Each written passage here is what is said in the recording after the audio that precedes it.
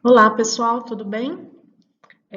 Nós estamos hoje no nono princípio, né, o mês de setembro, o princípio que se chama Grupo de Apoio, e a segunda semana, né? O nosso enfoque nessa semana é falar um pouco sobre esse tema, grupo de apoio, refletindo sobre o eu e o outro, tá? Então, lembrando, esse é um princípio apoiador. Na comunidade, as famílias precisam dar e receber apoio. Então vamos para as nossas boas-vindas? Como vai você? Cada vez melhor. E que dia é hoje? É o primeiro dia da minha nova vida.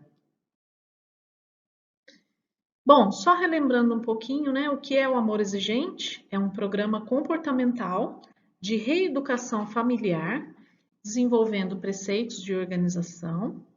Ele se baseia numa espiritualidade pluralista, é um grupo de mútuo e autoajuda, faz a gente refletir e perceber a necessidade de mudar o rumo da nossa vida a partir de si mesmo.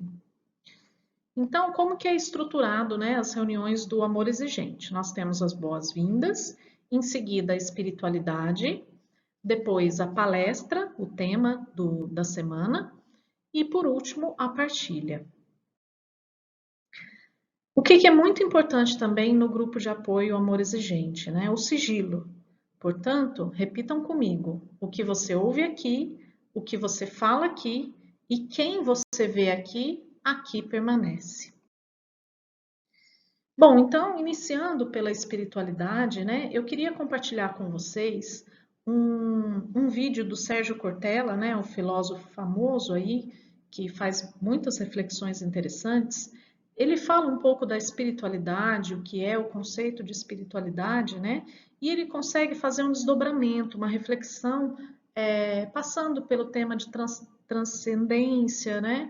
Honrar a vida e chega no conceito da decência, né? Então eu vou passar esse vídeo para vocês. O que é a espiritualidade, portanto? Ela é a recusa, né, a que a vida se esgote na sua materialidade, numa existência que tem sentido em si mesma. Nesta direção, a ideia de espiritualidade. O que é a espiritualidade, portanto? Ela é a recusa, né, a que a vida se esgote na sua materialidade, numa existência que tem sentido em si mesma. Nesta direção, a ideia de espiritualidade ela está conectada à noção de transcendência. Isto é, as coisas, a vida, o sentido, ele é construído para além, né, do imediato, do momento.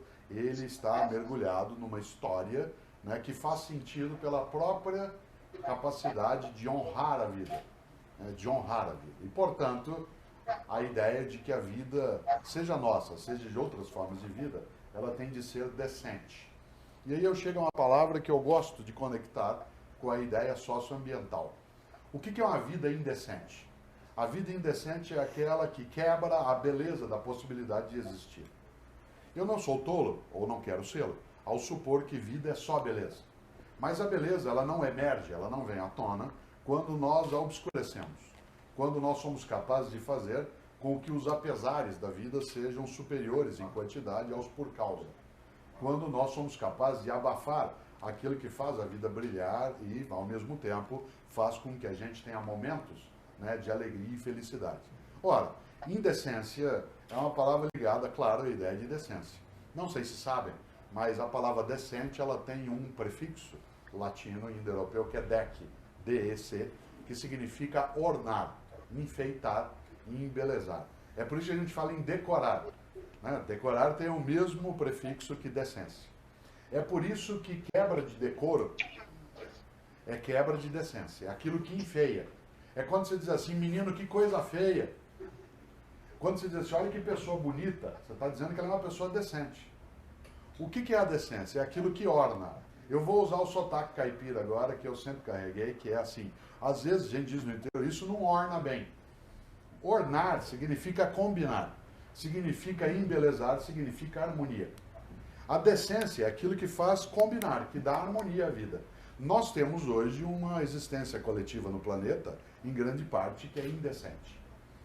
E essa indecência ela está no modo como nós organizamos as cidades, o modo como nós nos relacionamos com as outras manifestações da natureza, exceto nós, o modo como nós nos relacionamos um com o outro, é uma relação de vida indecente. E essa indecência, ela leva a que a gente tenha uma agressão à fertilidade. A quebra da fertilidade, ela é indecente. Ou seja, ela não embeleza, ela enfeia. Nós temos cidades feias. Então, pessoal, a mensagem que fica aqui é que nós devemos sim buscar a espiritualidade, essa transcendência, esse contato com o poder superior. Dessa forma, a gente vai estar honrando mais as nossas vidas, encontrando a beleza na vida e tendo uma vida cada vez mais decente.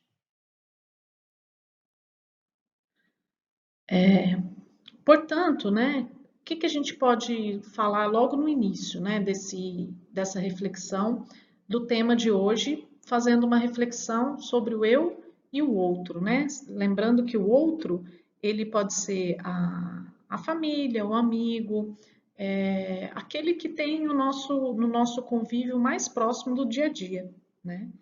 Então, primeiro de tudo, sozinhos, nós estamos perdidos, né?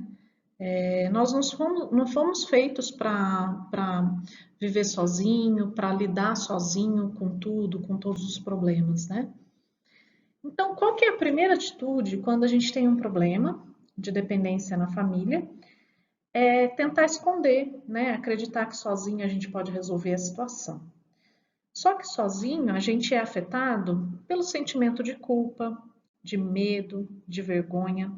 A gente acaba se retraindo e acaba buscando o isolamento, né?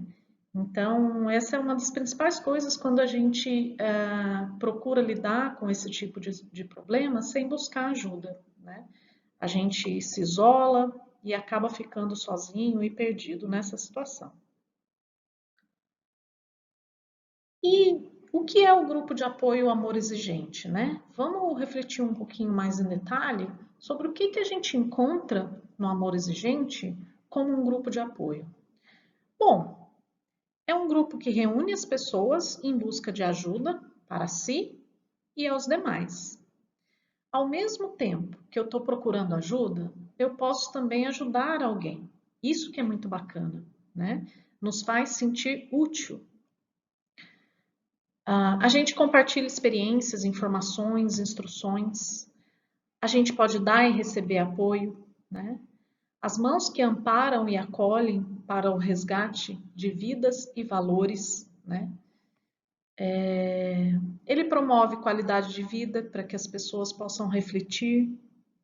Tem o objetivo de tomar atitude de mudança, né? A gente busca de fato a mudança. Traz orientações para os pais, para orientadores e professores também.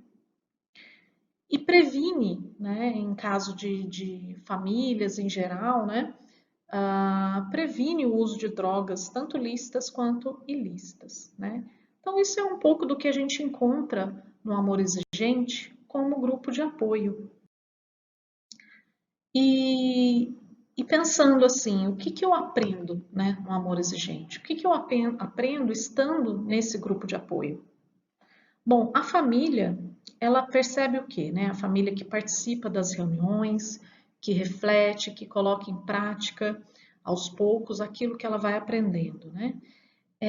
Diminui a carência, esse sentimento de carência, diminui o medo, né? Porque ali você começa a partilhar com pessoas que estão passando pela mesma situação e às vezes a pessoa está no nível um pouco mais avançado, mais evoluído, e você vê que os problemas eles podem sim ter solução, né?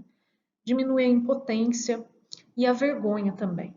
A comunidade do grupo passa a ser um referencial, um ponto de equilíbrio, né? E aconchego. Então, é um grupo em que não se precisa vestir máscaras, ocultar ou mentir para se sentir melhor ou se proteger, né? Então, essa é uma das principais vantagens e aprendizados que a gente tem num grupo de apoio, né? O grupo ele vai servir de espelho no qual eu possa me ver, porque ele mostra, inclusive, o que eu sozinho não consigo ver. Então, quando a gente está muito inserido no problema, a gente acaba ficando de olhos fechados mesmo. A gente não consegue enxergar determinadas situações, não consegue se ver no meio daquela situação. Então a gente não enxerga, não tem muita lucidez para entender as coisas que acontecem, para entender determinadas atitudes e buscar algum tipo de mudança, né? Então, todo esse processo de espelho, né, que a gente acaba se enxergando um pouco um no outro, ele acontece num grupo de apoio com muito respeito, né? Porque a gente tem regras, né, para você partilhar, dar as suas opiniões. A gente tem ali sempre um voluntário do grupo Amor Exigente participando nas partilhas. Então, ele é ali o mediador, né? Ele vai permitir que as pessoas façam a sua partilha, dê as suas opiniões, mas sempre respeitando os limites do grupo, né? Então, a gente vai encontrar respeito, carinho, disposição para ajudar, né? Sempre aquele outro que quer comentar alguma coisa, falar alguma coisa, sempre com o objetivo de ajudar, nunca de criticar, né? Então, os membros dos grupos de apoio são geralmente pessoas que já passaram ou estão passando por dificuldades similares. Então, veja bem, quanta oportunidade a gente tem de aprendizado com essas pessoas, né? Com as pessoas que estão ali partilhando das suas situações, da sua vivência, daquilo que aprendeu, aquilo que foi feito e que deu certo, aquilo que aconteceu e não foi legal, a pessoa pode partilhar ali também, e isso a gente acaba seguindo, né? Utilizando como um exemplo, como uma referência. E é o encontro de pessoas unidas pelo sofrimento e pela esperança, né? Então, é um grupo onde une pessoas com o mesmo objetivo. O que mais a gente aprende, né, no amor exigente? É um aprendizado para crescer, né? Ajuda na fixação dos limites, né? Nos ensina um pouco que a gente deve sim estabelecer limites, né? Inclusive é um dos princípios que a gente estuda nos meses, é a questão dos limites, os recursos são limitados. Ajuda na tomada de atitude, nos ensina qual é o momento certo de tomar atitude, como tomar atitude, né? Vai dando ideias, conceitos, experiências em que a gente utiliza todo esse conhecimento para fazer a nossa escolha, tomar as nossas decisões, de agir da forma que a gente acha mais adequado para o momento e para a situação que a gente está vivendo, né? E, consequentemente, nos ajuda no processo de precipitação da crise, porque quando a gente toma uma atitude, a crise vem e a gente tem que saber lidar com essa crise e vai, através do grupo de apoio, a gente consegue lidar com isso. Então, tem toda uma sequência lógica, tem todo um porquê, uma metodologia, né? Depois, no controle da crise, dando coragem para não desanimar até atingirem o alvo desejado, ajuda a encontrar ou descobrir uma fé cheia de entrega e de esperança. Então, nesses momentos em que a gente vai adquirindo pequenas vitórias, né, você vê que você conseguiu, de fato, mesmo que seja pouco, mas controlar algum tipo de situação, algo que te deixava muito mal fisicamente, emocionalmente, psicologicamente, de repente você conseguiu lidar com aquilo e ficar um pouco melhor, lembrar um pouco de você, cuidar um pouco de você nesse processo, e você viu que pelo menos você fez o outro refletir um pouco, pensar, mudar alguma atitude, por menor que seja. Isso nos dá esperança, nos dá fé, né? Porque a gente passa a acreditar que, de fato, se a gente manter com essas metas, né? Colocando em prática aquilo que a gente aprende de forma contínua e de forma, né, permanente, a gente consegue atingir os objetivos. Então, com toda essa reflexão, qual a conclusão que a gente pode chegar até aqui? que em comunidade a gente encontra a nossa força. Lembra o que eu falei no início, né? O ser humano ele não foi criado para viver sozinho, isolado, para passar por problemas e situações de forma isolada, de forma sozinha, sem buscar ajuda. Pelo contrário, né? Então a gente busca o apoio, esse apoio nos ajuda, nos fortalece, nos reeduca, no caso do amor exigente, que tem toda essa metodologia, esses princípios. Tem a espiritualidade como a base, né? Nos faz refletir também sobre essa questão da transcendência, da espiritualidade, refletir sobre a nossa vida, e isso nos dá uma base muito importante nesse processo. Sem isso, fica difícil que as mudanças se tornem sustentáveis, né? E com isso a gente vai trazendo mudança para a nossa vida, e isso vai gerando um ciclo, né? Então, o que mais precisamos é de ajuda, de apoio e de orientação. Sem um apoio adequado, chovem conselhos carregados de preconceito, acaba aumentando o nosso sentimento de culpa, né? Porque as pessoas vão dando opiniões, mas são, de um modo geral, acaba sendo opiniões aleatórias, sem ter uma visão completa do problema, da situação. Às vezes a própria opinião ela vem de boa vontade, mas a pessoa não tem base, tanta base para estar dando opinião, estar dando palpite, ou às vezes falar, não, você tem que fazer tal coisa, né? Enfim, às vezes não é o momento, não é a forma adequada e a gente acaba se atrapalhando todo, né? Então, os grupos de apoio e orientação, eles são extremamente importantes nesse sentido, tá? Porque eles trazem, através de uma metodologia, de uma sequência lógica, tudo muito bem estruturado. E quais são os principais benefícios, né, do grupo de apoio? Como que a gente pode resumir assim? Os benefícios que a gente vai ter, tanto para si mesmo quanto para o outro, né? Ele dá esperança ao assistir à mudança, o sucesso dos outros. Reforça-se a própria atitude positiva. Esse é um ponto muito importante. Todo mundo que participa do grupo de apoio começa a ter esperança porque vê que de fato a mudança ela é possível de acontecer com as experiências do outro, né? E isso faz com que a gente se motive também a trazer essas mudanças para dentro de casa, para a família. Traz responsabilidade. A solução de seu problema está em suas mãos, nunca nas mãos dos outros. Então é aquilo que eu falei lá no início, né? A gente vem buscando ajuda, ajudar o outro, mudar o outro e descobre que na verdade a gente precisa mudar a si mesmo. E incentiva a mudança, né? Os membros eles facilitam avaliações verdadeiras e mostram a necessidade de mudança de valores através de confrontos cheios de amor e firmeza. Então, assim, é de maneira bem leve, bem suave, a gente vai percebendo que nós precisamos fazer mudanças, né? Então, é essa percepção que a gente começa a ter, as avaliações, as autoavaliações que a gente faz, nosso autoconhecimento, e dessa forma a gente vai buscando a mudança. Impede sentimentos de impotência diante dos problemas, né? Isso é um ponto importante, a gente deixa de ficar paralisado.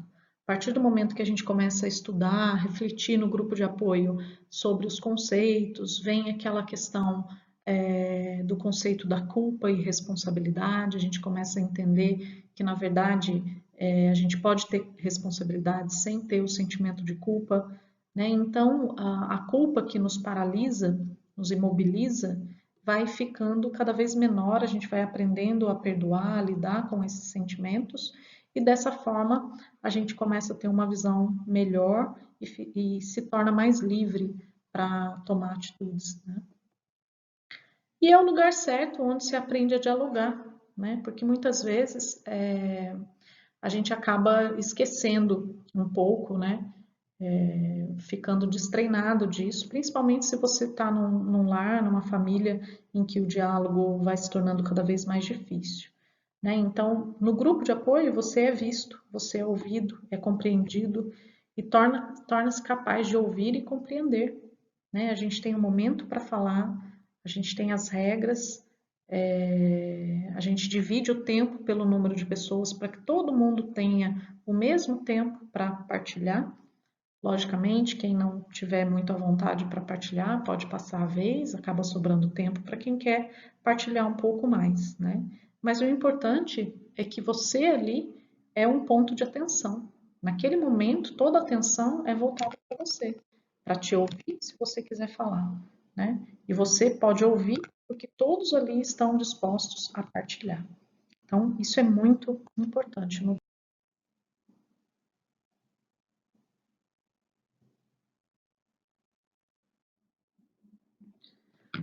Bom, e para finalizar, a gente vai mostrar aqui, nesse momento, nesse próximo momento agora, que é a partilha, quais são as reflexões, as perguntas, né, que a gente leva aí para a partilha, para que a gente possa aproveitar ainda mais os conceitos que foram passados hoje e fazer reflexões que realmente sejam úteis e importantes, né? Então, a primeira pergunta: o grupo de apoio é importante para as pessoas a quem você ama, né?